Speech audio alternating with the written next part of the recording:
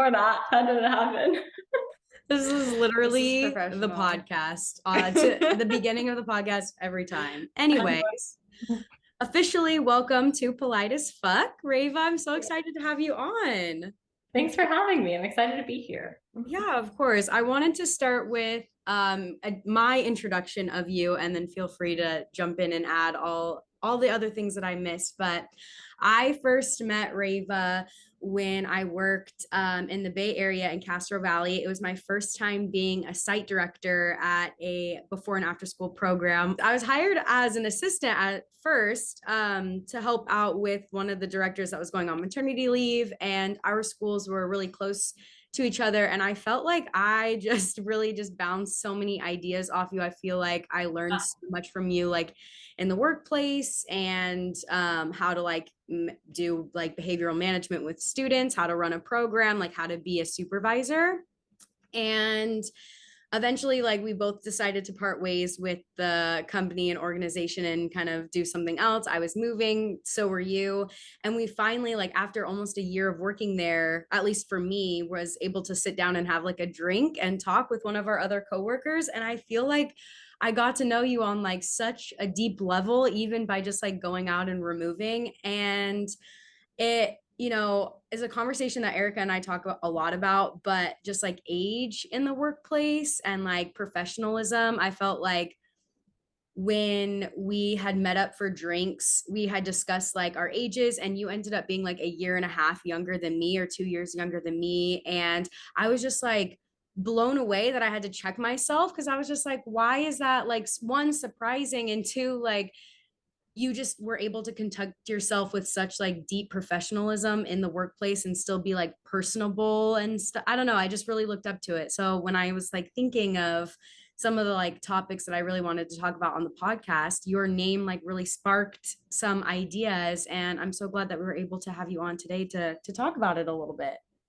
Okay, well, first of all, it's like the biggest compliment to me, because I feel like I'm like very self-conscious about my age in the workplace, and it's really hard to strike a balance, I feel, of like professionalism but also friendly, because like at our last jobs, like we were managing people that some were younger than us, some were our same age, and some were older.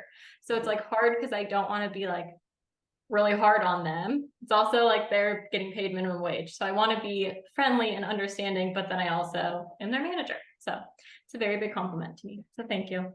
And crazy, we met when I interviewed you. Yeah. Which is crazy. And as soon as I was interviewing you, I was like, yep, all right, let's give her the job. We joke about it too. I remember you saying, you're like, when I first interviewed you, I was almost like, I don't want to hire you because I don't want you to be here, but also like, congratulations, you got the job. Right. And also like, please join me, because we can have solidarity in that. No, it was a perfect fit, and it was exactly what I needed at the time, definitely. I was just gonna say, it's tricky. I think like, especially in that role, because we did have the role of site director, which that like, I felt like I could do the job, but with the title site director, it was a little bit intimidating to be like, this is me. Like it just didn't feel real for a long time, which is tricky. Like even when hiring people, I was like, I'm the site director, like I get to make this choice. Like it just all felt very just not comfortable a lot of the time. Right, definitely. I was just gonna ask about your background prior to you and Ellie meeting. Like, was this your first time as a site director? Had you hired people before? How did you kind of get into this? That was my first like big job out of college. I went to Cal Poly San Luis Obispo and majored in recreation, parks, and tourism administration, which is like the most random major, but basically like hospitality or event planning or sports management or like youth programs. And I always knew that I wanted to do something with kids. But then in college, I also focused a lot on trauma-informed care and just like how to build resilience in kids that have been impacted by trauma. And like every human has been impacted by trauma. So that's everyone, just more specifically those kids that have had really intense trauma at a younger age. So like my life career goal would be to work with kids that come from disadvantaged backgrounds to create like trauma-informed programming to build that resilience. And so I knew that I wanted to work with kids, and I just kind of had the perspective of like, I want as much experience working with kids in any capacity so that I know how to make trauma-informed programs. So in college, I worked at like the city parks and rec department, youth services, and was like a teacher's aide for their after school program. And I really liked that like informal education because like you don't have the standardized testing and all of like the hoops you have to jump through as a teacher. You get to have like so much more fun with kids, but it's also like you get them for sometimes 4 hours a day. So you have the time to make a positive impact and just to build relationships more than I feel like formal teachers sometimes can do. So I was always really drawn to informal ed. And then I finished classes March 2020 with a job lined up at an organization in San Francisco. And literally the day I signed my offer letter, a couple hours later, the manager there called me and was like, hey, so we're going to put this on pause. And then the pandemic hit. So I was unemployed for like almost a year. And I went back, I'm from Chicago. So I went home for a little bit because my mom was going through some medical stuff. And I was just applying everywhere, which we all know is the worst process, like so discouraging. And then when I got the job in Castro Valley, I was really excited, but that meant, I mean, I like fully moved. I didn't know where I was going to end up. I moved really for my ex-boyfriend, but then the job was a perk. So that was my first time being a site director. I had worked in like after school programs, but never in a director level. But I had been tentatively hired for that back when I graduated in March 2020. So I was like, I think I can still do this. But then after being unemployed for an entire year, I like second guessed everything. And I was like, nope, I forgot how to work with kids. I don't know anything. I can't do this. And then at that place that we worked, you were just really thrown into the depths and it was sink or swim. So luckily I swam. Yeah. Definitely. I feel like we've both grown so much since that job, but I just wanted to like, was there a point in this process, and I'm trying to think of it for me too, when age really started to cross your mind in the workplace? And even like, I want to take it like a little bit deeper and even talk about like, I've had different like experiences, whether it's like in the restaurant or like working different odd jobs or working with like youth and stuff. And I feel like age comes up. I feel like that imposter syndrome comes up. And I also feel like the women in a workplace conversation always gets brought up. And I feel like there are some moments where I start to like recognize like maybe hindsight of like, oh, I started to notice this more when this, like, do you have any of those like experiences within like working at all since college, I'd say? Well, yeah, I mean, since I was a little kid, I have always wanted to be older than I actually was. I have an older brother. My best friends growing up were all older than me. They were all my brother's age, so like 3 years older than me. And I don't know if you know this about me, Ellie, but I skipped kindergarten. Oh, I did not know that about you. Took a test. I was able to spell my name. They let me go. So I went straight to first grade. So I've always been a year younger than my grade level. And that's always made me really insecure because I'm with everybody that's older than me. And I've just like always like, my mom loves to tell a story of when I was little, I wanted to tie my shoes so bad. And I was like simply 2 years old. Like I could not tie my shoes, but I was like hysterically crying because my brother could tie his shoes and I wanted to tie my shoes. So I think I've always been just like innately really insecure about my age and always wanting to be older. So then I think in the workplace, I mean, it's hard because, yeah, I mean, like you said, it's like being younger in the workplace, being a woman, being a person of color, it's like having to prove yourself 24/7 and knowing that as soon as you walk into that room, there is a judgment on you. I feel like the last job was like the place that I felt it the most. But I've also just gotten really good at like simply not telling people my age. Like my friends will ask me or people at work will ask me, and I really try to get out of answering that question. Less so, and like kids especially, like my campers this summer are asking me how old I am, and I'm like, how old do you think I am? I don't know, sure, maybe. So I think it's just, and I think that it's become so natural to me to like evade that question. And I don't like that because like now I think I'm finally at an age where I'm like, why did I feel so insecure back then? Like I know people that are 21 and are in the workplace and are killing it. And if I had, I don't know, I could have embraced it. So I'm trying to get closer to embracing it. But I think it's just hard when you're surrounded by people that are older than you. Like at our last job, all the other site directors were older than us. Um, and I think because of that, they automatically look down on us a little bit. I think especially like being in our 20s, and at that time I was in my early 20s, and I think the connotation of being in your early 20s is just like, you guys are dumb, you go out and party, you're not going to be around here for long, it doesn't matter. And that sucks. Yeah. So it's just proving yourself constantly. Yeah. Did you have anyone like explicitly comment on your age or like make any like, did you have an experience when you told someone your age that kind of like Yes. that, And okay. it actually happened in my current job and my last job within my first week of starting. At our last place that me and Ellie worked together, this person who me and Ellie did not like, but was one of our teachers, she within, I think it was on my first day, she was like, oh, so she was asking me so many questions. She was like, oh, so how old are you? And I like, my blood turned to ice. I was like, oh no, like my stomach dropped. I was like, no, no, no, how do I get out of this? And I like said something to try to get out of it, change the subject, and she didn't let it fly. And she asked me again, and I told her honestly, and she was like, wow, you're like 10 years younger than me. And I was like, cool, great, thank you. And I know that that's not like an insult, but it's just Yeah. like saying what I know they're thinking and just like making that, making my fears true.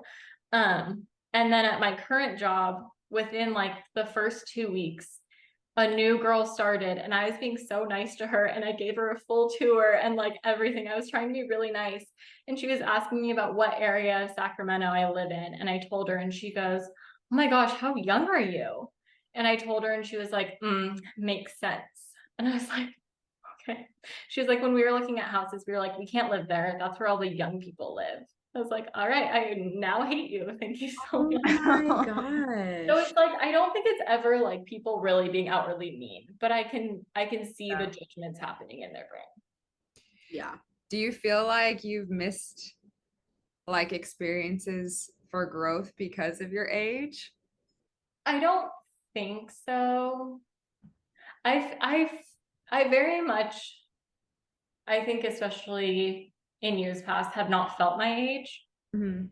So I don't feel like I missed out on any like growth or experiences. I think honestly more so like Ellie's reaction when I told her how old I was. I think people would have been more impressed had they known my age. Yeah. But I didn't want age to be a factor in what they thought about me. Yeah. Like the initial thing, like you kind of felt like you had to prove yourself a little bit, Yeah, get their yeah. respect, and then it's like the age is just a badass aspect of Right. it. Well, I mean, you kind of work in a little bit of a different field. I mean, you work with, I feel like all sorts of, I'm going to look at you in this way, the camera. But I mean, like you must, I mean, I've seen the people you work with such a wide variety. So do you feel like I mean, you graduated college early. I feel like you kind of kickstarted your career fairly quickly and kind of set the tone for yourself. And as like a manager in a supervisor position, has age ever been a factor for you? I feel like it's yes, but I also feel like I felt it more as like a woman than as just like a young person. Just for context, like I moved here and started working at a startup, which like the typical startup vibes, everyone's young, everyone just works really hard. We're all just like work hard, play hard vibes. But I had like within the first 6 months of that job, my manager, tell me that I couldn't grow as a leader because I let my emotions show too much and I needed to like reel that in. And if I ever was to grow and like manage more people, I couldn't show if something was affecting me or if I was upset. And it's not like I was like crying in meetings or like having outbursts. It's more of just like I was passionate or like I expressed concerns or whatever.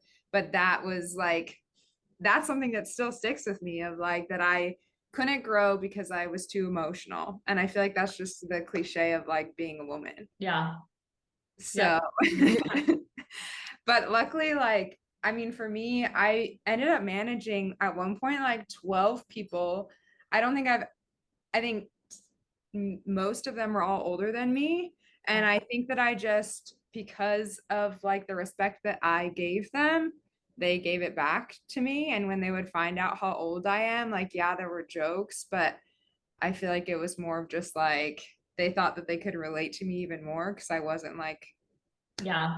you know, some old. Well, and I think that's something to remember because I like, yes, the people I'm managing might be older than me, but there's a reason they're not in this role. Mm-hmm. And like, there's probably a reason they didn't apply for this role. And if they did apply, there's a reason they didn't get it. And it's hard, but I think one way to like combat that imposter syndrome is just like to trust the person that hired you. Mm-hmm. Like, there's absolutely no way we tricked everybody that hired us. Like, we deserve to be here. But that's I think really tricky for me is don't feel comfortable managing people that are older than me a lot of times. Yeah. Did you want to be like a people manager, or was more of just like you wanted to work with kids and that came with it? No, I don't like managing people. Me either. Right? I mean, I think at our last job, it was especially hard because everybody was getting minimum wage. Like, they just didn't care. Nobody cared about showing up and doing the best that they could do each day. So when they did really terribly, it's like, how do I incentivize you to do better?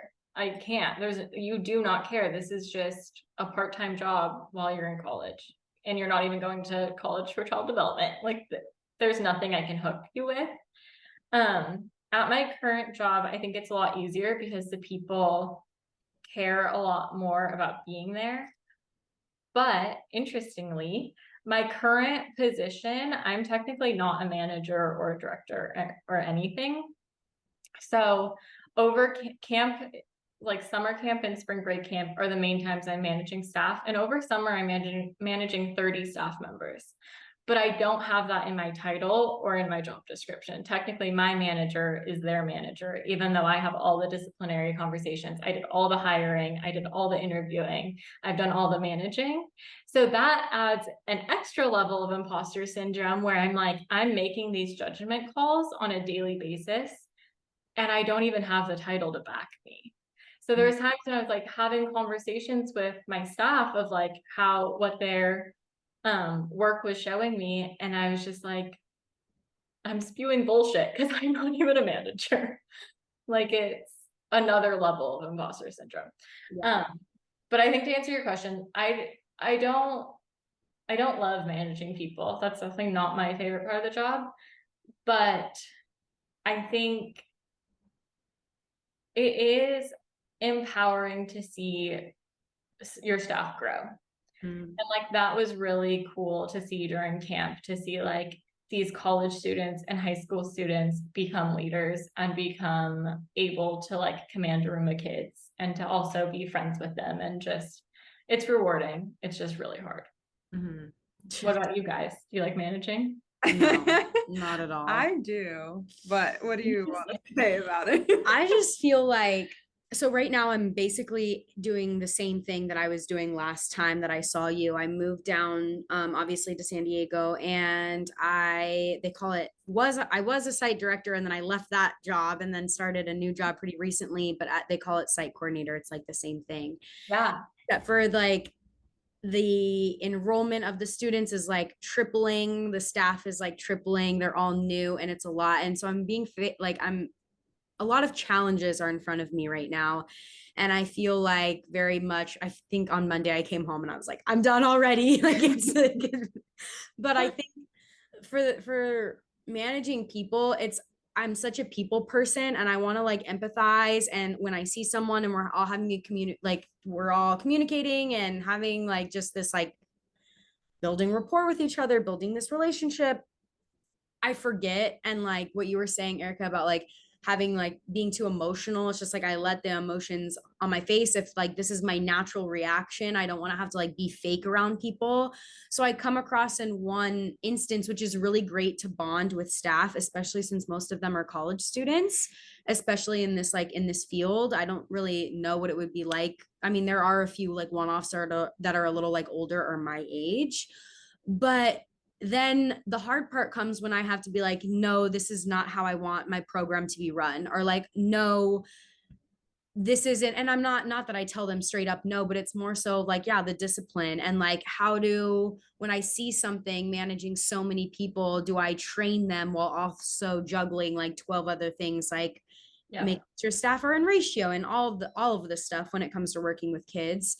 And I feel like I thrive best in the day where I'm either leading my own group or the time in the morning where I'm just doing my admin and no one else is in the office. And so I'm like starting to see that maybe, you know, I'm just having the conversation with myself of like, okay, is it something that I really like can't do ever? Like I don't want to do this, or is it getting like really difficult and I'm like feeling friction and I'm going to grow and then maybe love it in a few weeks. So I'll get back to you on that one. I think that's so hard. Like the disciplinary conversations are so hard, and I think the hardest part for me is like when my staff fail or like don't do a good job, I take it as my responsibility and I'm like, no, I failed because I'm the one that trained them and I'm the one that supervises them. Yeah. And that is hard to like add a separation, but then it also is my responsibility. And then it's also hard because we are so close to their same ages that it's like, I know what it feels like when somebody stands in the front of a room and tells you how to work with kids. It's just, you're sitting there like, okay, we get it. Like, it's not that important, you know? So I try to lead by example and like work with kids in front of my staff so they can see like a positive example. But then it's also like college students just aren't that observant sometimes. So it's hard. There was this one leader that I was like so proud of. She did such an incredible job. And then the last week, one of my other leaders told me that she put a child in timeout multiple times. And I was like, no, not the timeout. Right? I like time away, not time out. So it's like I like felt so good about that leader. And then I was like, are you kidding? And I just like felt like a failure. But I was like, this is not what this is. It was a mistake. It was a poor judgment call. It doesn't mean she's a bad leader, and it doesn't mean I'm a bad manager. So it's like having that check in your brain. Why can't you put someone in timeout?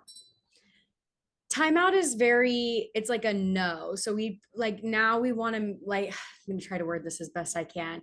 But if a student is doing something wrong or not within like the program, there's like a reason for it. So like the answer to timeout, it's kind of like when a dog pisses in the house and you're rubbing your nose in it, like they're not remembering. They need like positive reinforcement, not the negative reinforcement, or else they're gonna not, like their brain literally can't comprehend why they were doing something. Maybe they were uncomfortable, maybe they need to regulate, maybe they were like just super overstimulated, they needed to walk and it doesn't like fit in the box. And when you put them in timeout, you're basically saying like something's wrong with you, that's why this behavior is wrong, instead of taking it a step further and saying like, let's have a conversation. You know, you're not supposed to throw the markers. And Johnny's like, well, I threw the markers because so I asked so-and-so to stop poking me, stop poking me, stop poking me. And he kept doing it. So I threw the markers at him. And so you kind of build a better relationship while like using positive reinforcement and teaching them what the good behavior is. Yeah.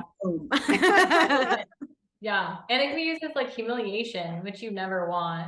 It's also just tricky. Like I think for some people, I'm sure timeout works really well with their kid. But if a kid goes home and tells their parent, I was in timeout twice today, like that parent, if they don't agree with that, is gonna be pissed. Yeah. And like they're paying a lot of money to send them to summer camp. So if we're just like putting them in the corner of the room. Yeah. There's a lot of like clients when it comes to working with kids. You got like the kids, and then you have the families, and then you have like everybody else involved in their life. Everybody has a say. Well, I was gonna say, I do feel like though, for me and you, Ellie, like working with kids, I think in some ways being a woman gives us an advantage. Whereas I assume, Erica, you don't have that. I'm in tech, which is very dominated and very different. And I had one woman in like upper leadership and like no people of color. I mean, they had like their token people that they tried to bring up, but like, yeah, it was like, it's those things that you read about or hear about when you're young, and then you're like, that doesn't like there, it can't be that way still. And then you get into it and you're like, it's still this way. How is this still a thing that's happening? But like when you guys are talking about managing like 30 staff and having kids to deal with and having, I don't know if you say to deal with, but that's what I'm saying, and having parents, like that is, there's so many layers there. I think I enjoyed the people management piece because it's like I got to invest one-on-one with the person and like really help them grow in their career and like really be their advocate for what they wanted to do at work. And I always wanted to be a teacher or like an instructor or something. And I feel like managing people allows me to like satisfy that part of myself that like really enjoys helping people. But I think those extra layers that you guys have, I can understand how that would be a lot. That'd be a lot to deal with. Yeah. When you guys are talking, I just like was thinking that based on all of the different like positions that I've been in since kind of being in the same position, really, I think what makes such a big difference on how I like supervise or manage my team is how I'm being managed and supervised. And I think, I mean, I could talk about like education and like youth services in this state and in this country for like hours and hours and hours. But I think trying to put all of that aside, even though you can, it all like kind of, it has to be roped in with each other. But we're in a position where you're the middleman, where you're dealing with a client, whether it's kids or other staff, but then the other person is dealing with you and you're kind of having this person to like relay information. If my supervisor, if I don't feel like they have my back or I'm able to communicate with them or just like literally be supported, then I can't be that, like I can't give my staff mentorship or I can't be a mentor for the students or clients that walk into my door. And I feel like that's where a lot of my imposter syndrome comes from. I think in this and like in this field specifically, being a woman has given me a little bit of an advantage because of the childcare role. However, I feel like there is a strong need for like male presence in this field as well, and I don't want to like discredit that. I also feel like with age, with youth services, there's like a wide variety, so I haven't necessarily felt anything too geared to age. I mean, I've had my one-off experiences, but I think my main focus was imposter syndrome. And that was because what was being relayed or like information that was being relayed to me as in like you need to do this, you need to implement this right away, but then there was no training, there was no follow-up, there was no accountability, there was no support or any communication. I wasn't able to relay that to my team. And then when that cycle continues, I start to like think in my mind, and this happens so many times of like, can I do this? Like, am I the only one? And I remember having so many conversations with you of like, we didn't talk about it because I was just started to think like, maybe this is just what's expected. And then I started talking with you and you were like, no, this is too much. This is not what normal, it was too much. And I think I see that across the board, especially in youth services, but it just goes to show that like some of this feeling is how you are also being like supervised. I feel like I've learned a lot from my supervisor. I've learned a lot from my bad supervisors or my bad managers. 100%. And I think the unfortunate thing, because even like our manager at our job that we work together, I don't even necessarily think that she was bad, No, but me she either. had way too much on her plate. Yeah. And then in turn, we have way too much on our plate. And like Erica said, like we can't manage all the kids and all the staff and all the parents and get the supply orders in. And like when we worked, do the COVID exposures, like it's just way too much. And Yeah. nobody can do their job that well when they have that much on them. But I mean, like you said, it's just youth services are the least valued job, not the least, but very undervalued. And Very. we're just glorified babysitters. Like we're Yeah. literally just babysitters. And I feel like given our conversations when we were at that job, like I think we're both very like morally driven people. So I feel like when my management tells me something that I'm supposed to relay to my staff and I don't believe in it, I have a really hard time saying it or enforcing it. And it's tricky because like I want to be professional and be like, hey guys, this is what management is telling me. Like I want to be honest, but I also want to be professional and I don't want to like throw my management under the bus.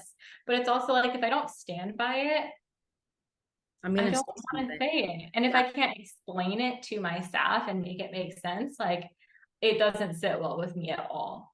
And Mhm. I think like my manager at my current job is great in a lot of ways. But I always say this, she has like sold her soul to the bottom line. Like she will do and say whatever she needs to bring in a profit. And I'm not willing to do that. And because of that, I probably will not be a director anytime soon. But I don't want to do that. Yeah, no, I totally get it. Obviously, we've been feeling these things. I don't think this is like a surprise that people have been. There's a lot of like at least women that we've talked to in our lives, whether it's like family members, friends. We work with youth. I see it a lot where like age comes up or gender in the workplace, the way like students are being taught or whatever, as well as just like imposter syndrome feeling, especially with a lot of like the girlfriends that I hang out with. And so like I just wanted to talk about like what can we do, more so what have we learned, because I don't think it's necessarily like an us fixing it problem, but I also feel like we've all of us have experienced it in one way, shape, or form. And so like maybe one or a few things that we've like learned to kind of help prepare us for the future, as well as maybe like help mentor people that may be feeling like the same feelings. I think part of it, it's like first step is acceptance. Like, I think just being like, yeah, I'm a young woman of color. I'm gonna feel imposter syndrome when I start a new job. And at our last job, when I first started, I felt so much imposter syndrome. And then by the end of it, I was like, okay, I kind of did that. And so at this job, when I first started, or my current job, when I first started almost a year, or a little over a year ago, I was like, oh my gosh, like I'm so out of my depths. I can't do this. And then I was like, I thought the same thing when I started at the last job. And I got to a place where I was confident. Um, and then I think also realizing that like literally everybody else, eh, most other people that do their job well also feel imposter syndrome. The people that irritate me the most in the workplace are usually men who start a job and they don't ask any questions and they just have blind confidence. So I'd rather have imposter syndrome and like ease into a job and try really hard because I'm not fully sure of myself than have that blind confidence. And I think it makes me better at my job a lot of the time. So I think remembering that and just like I said earlier, like trusting in the people that hired you. And then just knowing that like one day you're gonna go to work and you're not gonna feel it. One thing this summer, like the structure of the camp that I ran this summer, every morning starts with the person in charge of camp, which is me, singing a camp song with 96 kids and all my staff. But like my staff are not up there with me. Like I am center stage and then all my kids and staff are around me. And that when I like found out that was part of my job, I was so scared. Like I was like, I simply cannot do it. And then I didn't have to do it at all last summer. And then leading up to spring camp, like I was literally losing sleep over the fact that I was gonna have to sing camp songs. A, because I didn't know any, and B, because like singing in public, terrifying. And like making a fool of myself when I am a young woman of color and trying to prove myself, and I have to go up there and be silly. Like, are you kidding me? I can do it one-on-one, but in front of a whole group, it was terrifying. And by like week 2 of camp, I got to the point where I wasn't thinking about what song I was going to sing in the morning because I knew the songs and I knew I could do it. And by the end of camp, that ended up being like one of my favorite parts of camp. So I think little things like that to remember that like the things that scare you the most are like exposure therapy, and one day they're not going to scare you anymore. The same thing with like managing staff, like going into it sounds terrifying. When you've done it for a year, it's less scary. Definitely. I definitely agree to that. I also think one thing that I've been learning a lot, and I kind of touched on this before, is like I'm only going to grow where I'm uncomfortable and where I'm being placed in uncomfortable positions. I think it is true. Like the first step is acceptance. Like I'm always going to feel this way, or when I first started a job, this is how I'm going to feel. I don't think it's necessarily just going to go away at the snap of a finger. There's a lot of like relearning and a reteaching that we have to do, which is something that Erica talks about all the time, is like so beautiful about the next generation that's entering the workplace, which is really great. But I also think too is like, okay, accept the position that I'm in, but I made it here. Once I can kind of recognize, like you said, trust the people that put you in that position, trust myself, and then also recognize like, it's okay not to know everything. I am not going to know everything, but that's not what put me in this position. What put me in this position is my ability to react and to, you know, take in Judgment call. information. And yeah, exactly. And so for me, and like what I take away a lot, and what I would probably tell a lot of people that may be feeling the same thing, is like, like you just said, it's just, you're going to have to be uncomfortable in order to grow and learn from it.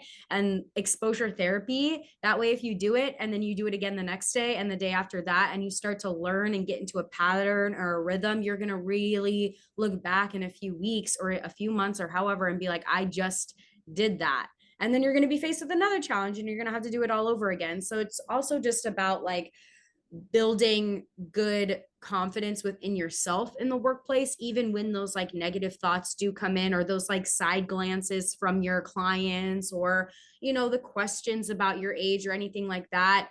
For those kind of things, like own it. If that's something like you are able to do or feel comfortable with, like own it. It can be, you know, your power in the workplace.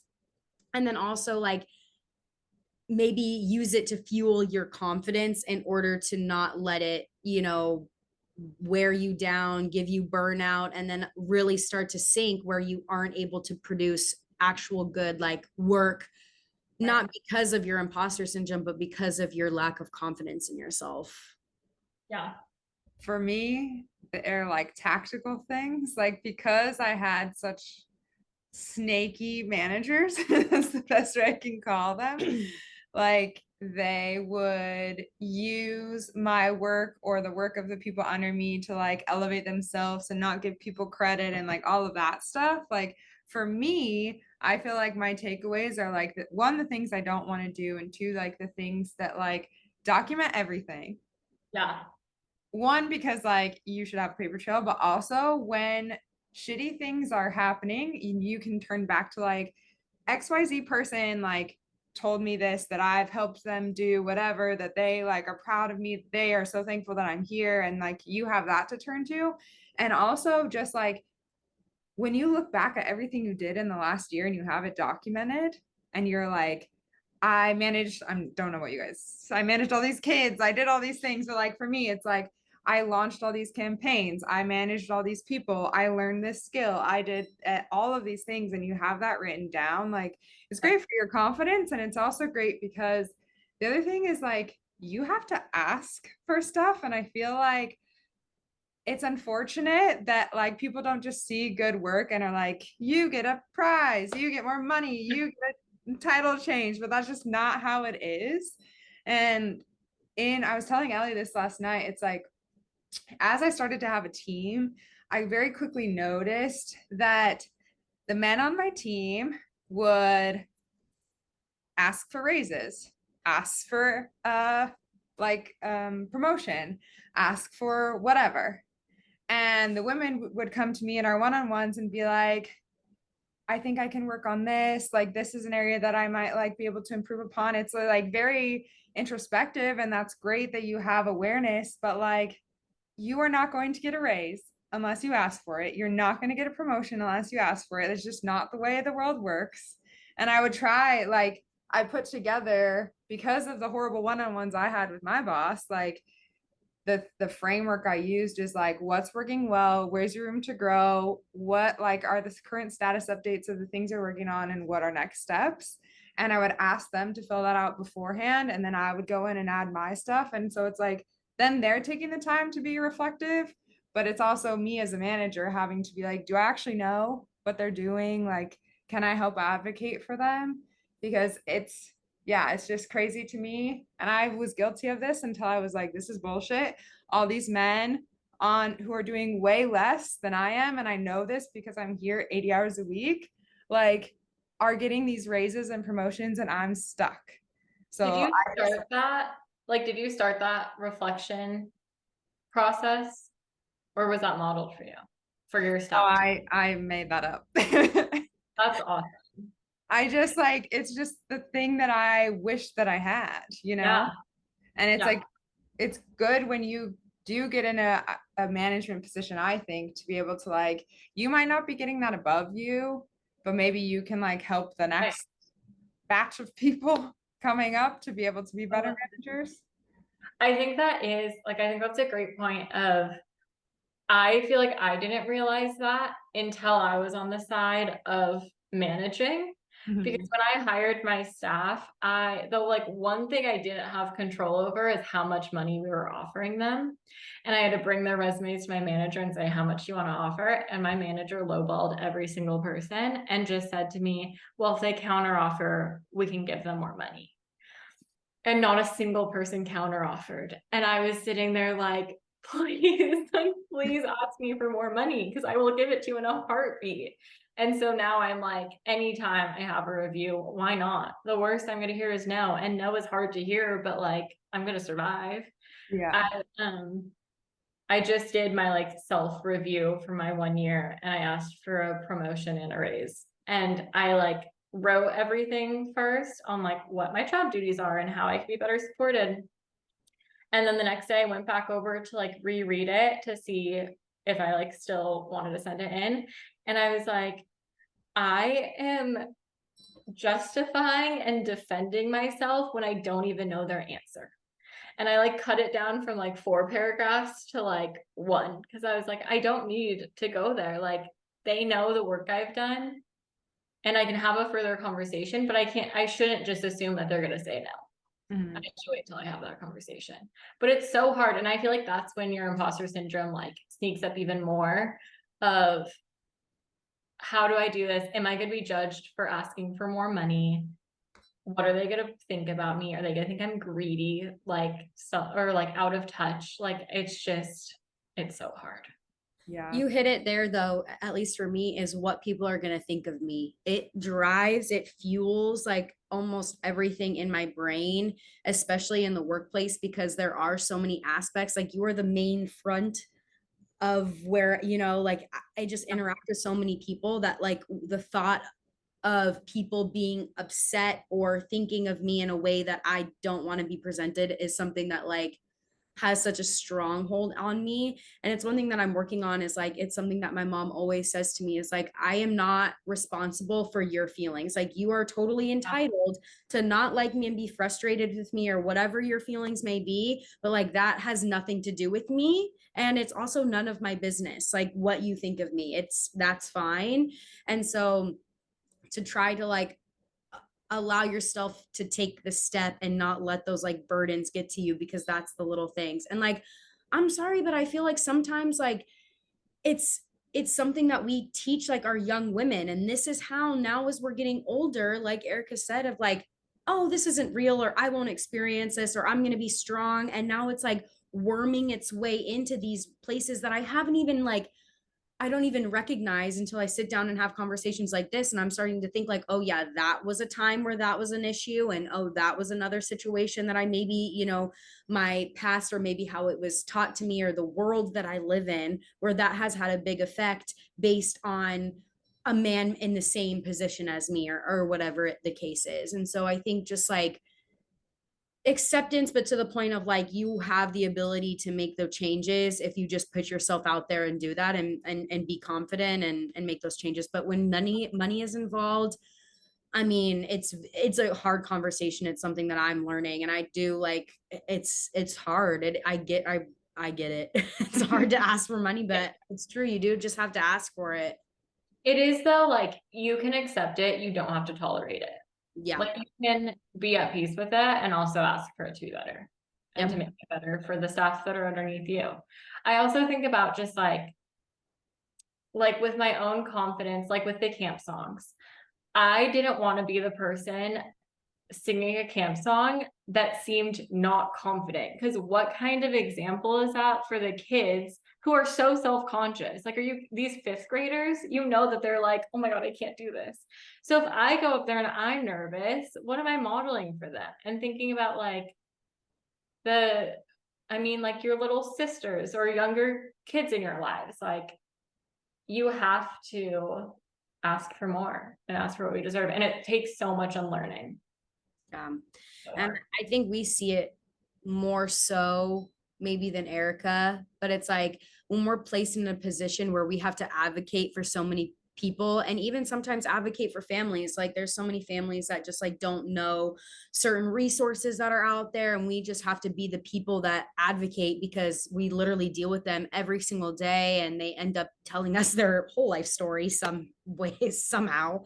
And it's like how, you know, I think about this a lot too, is like I've advocated for about 120 people today and not once have I allocated like have I sorry advocated for myself. Like how does that make any sense? Like how am I going to be a mentor if I can't even, you know, be strong in who I am? And so that's just, yeah, that's a good point. It goes back to the boundary thing. I mean, that was one thing in the job that I like first had when I first got when I came here. It was like I pulled an all-nighter for work. It was literally 4 a.m. and I'm still in the office working on an email, and I'm like calling with the CEO about this thing, and like I'm like, what am I doing? Like this is insane. And then as I'm trying to like take care of myself and advocate for myself, it's like I've already shown people that I'm willing to stay Right. really over 24 hours at work to get something done. So people are like, just they expect it. So I do feel like it's hard when you've already kind of let that happen. But when you do get to a new job, as much as there is that imposter syndrome and there is that like change and learning all these new things, it's like you have to set those boundaries so that future you has the ability to like advocate and take care of yourself outside of work. As much as like I feel like this is just a generalization of women to like prove themselves and work really hard and like show that they can do it. Do you see men doing that? Because they're leaving Right. when work is over. When you show up to work or when you show up to school or whatever, those people only know what you show them.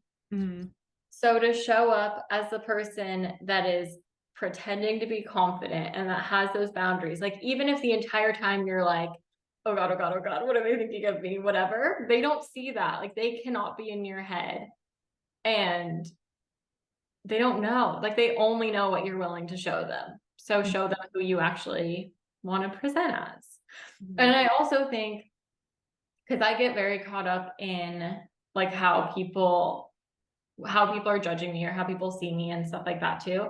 Especially working with like cool college kids. I'm like, oh no, you think I'm lame. But something I think about a lot is that like we like think about the moments like for you guys. So Ellie, like think about the moments that Erica looks the most herself or vice versa. Like that is when that person is confident and happy and laughing and like mid-sentence or mid-joke and just like not thinking about what they look like. And that is what people see of us like 99% of the time. They don't see us like going home after a long day crying or like feeling a lot of imposter. They see you like in their element, and whether that's actually your element or not, that's what they're perceiving of you. It's not like they're not perceiving how you perceive yourself. Those are two fully different things, and you have control over how they're perceiving you. Mm-hmm. But like your confident self is the most attractive and the best at their job and whatever. And you just got to fake it till you make it. Truly. So it's the truth, really. I just want to say thank you so much for coming on today. I really appreciate it. I have always admired and respected everything that you bring to the table. And I just feel like you're just like, you bring so much light and you're so bubbly to have a conversation with. So thank you. Yeah, no, Thanks that's for having me. Truly Of honored. course. And before we wrap up, I just wanted to ask you like a few fun questions. So the first one is, are you reading any fun books right now? Um, yeah, actually, so I'm right now I'm reading Happy Place by Emily Henry.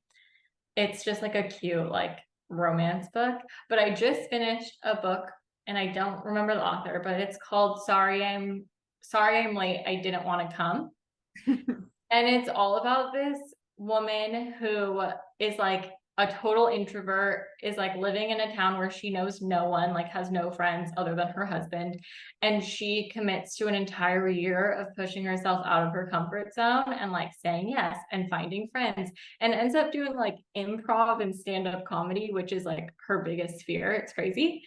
Um, but it was a really good book and very much about like just like embracing who you are as an introvert and as like in your comfort zone, but then also knowing how much you're capable of and not letting that hold you back. So recommend that book. Love I wanna that. read I that. know that's definitely gonna be saved. And then are you watching anything fun or interesting? Um, I feel like all my shows have ended recently. I just finished watching for the first time Never Have I Ever. Have you guys seen that? Yes. Yeah, I love So it. cute. It's really cute. And then I was also watching Love Island UK. And uh, now I'm watching Only Murders in the Building. The That's new another good season. one. Yeah. I think there's a new season out. I haven't seen it though. I just started like the second episode last night. Oh, perfect. And then favorite song right now, Um, or a few. Don't worry. This question is so hard for me sometimes. I have a really embarrassing one. Every time I get in my car, my like phone connects to the music and it starts playing from like Apple Music, aka my iTunes from when I was in like seventh grade. And it starts playing in alphabetical order of the song. So the song that keeps playing is Airplanes by B.O.B. and Pharrell Williams. And I had a really long drive this weekend and I straight up sang that song on the top of my lungs multiple times because I Oh, was I like, wow, love this is that. incredible. That is awesome. I love that song. It's a great song. Now every time I look up at the night sky, I'm just thinking about it. I like shooting stars. Yes. Oh, that's perfect. I love that. I need to add that on right now on mine. I haven't heard that song in a really long time. A great song, truly. Did you have any questions for us? One thing I want to ask you, Ellie, specifically about the conversation we just had, and then I also want to ask you guys some other things. Okay. Do you feel like exposure therapy has worked for you since you're still in a similar role? Yeah, definitely. It really is hard for me in the moment, and I feel like I need to have good like mental space like in order to do that. But I feel like even for example, like just this year being like triple everything and the Yeah. start of the school year being next Monday, there's just like a lot of pressure, a lot of stress, and a lot of challenges where I feel like it's very quick for me to become like negative and upset with myself. And even on Monday, I was having like such a rough day. And it was to the point where it was like 5:30. It was time for me to go. And I'm like starting to load like enrollment forms like into my bag to take home and just do it in my house. And I literally had to like sit at my desk and have a full on psychotic conversation with myself to say like this is not necessary. You will get all of this done. You do not need to take it home. These are boundaries that you set for yourself at the start of this job. Don't do it. And I didn't do it, and I came home and I bitched about it for about 4 hours, but I still didn't bring that home.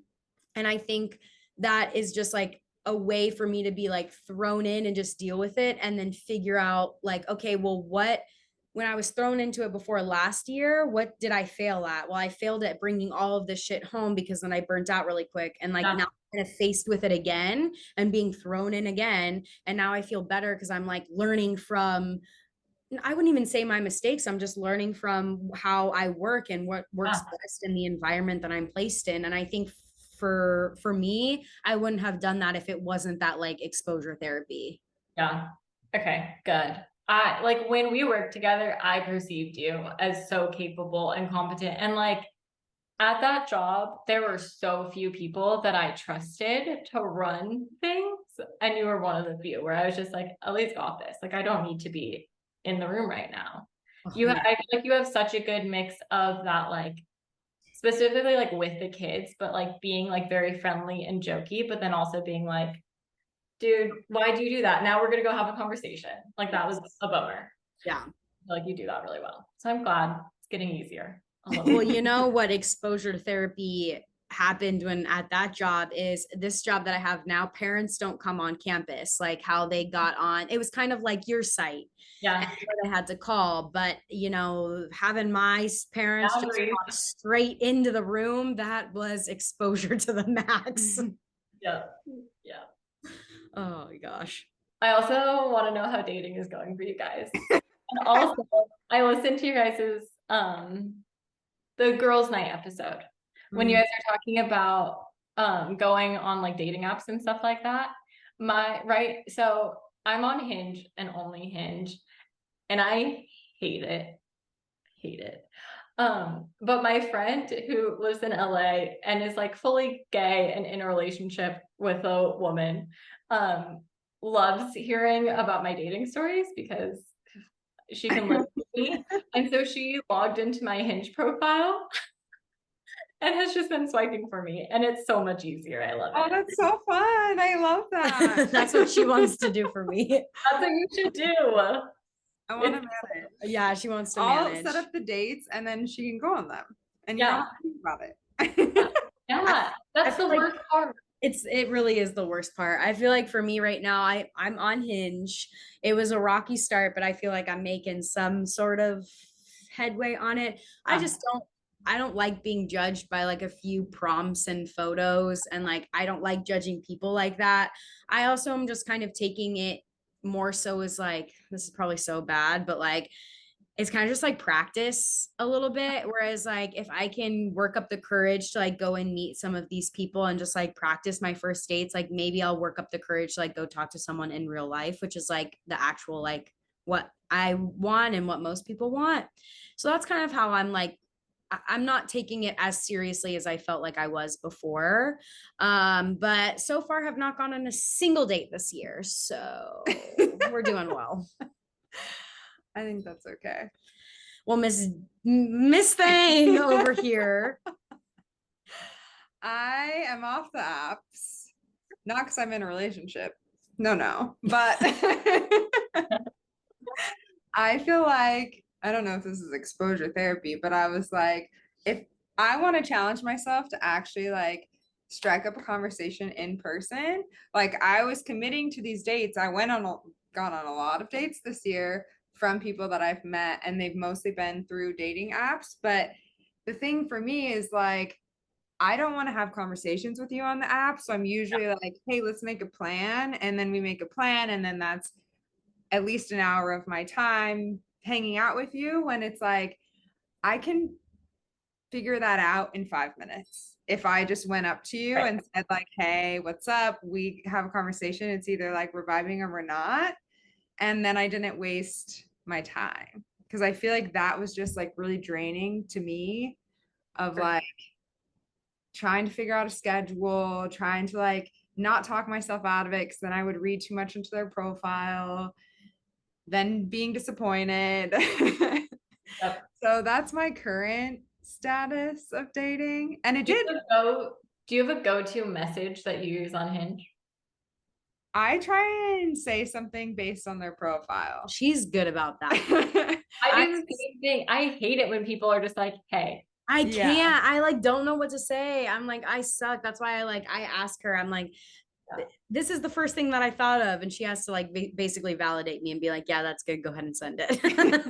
One thing I did, like a boundary I did set for myself the second time I downloaded Hinge, because the first time I feel like it was like a new experience and I was just like swiping, and then it was so exhausting because you're just like, it's just too many faces that you're seeing.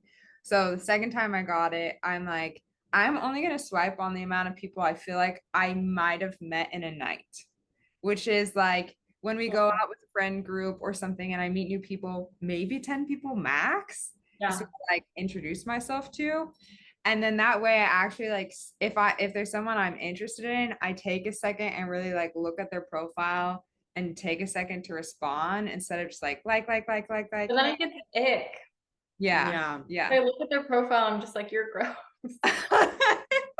That's my problem is I liked you yesterday. Now I don't like you. So I don't know what to tell you. It changes every day.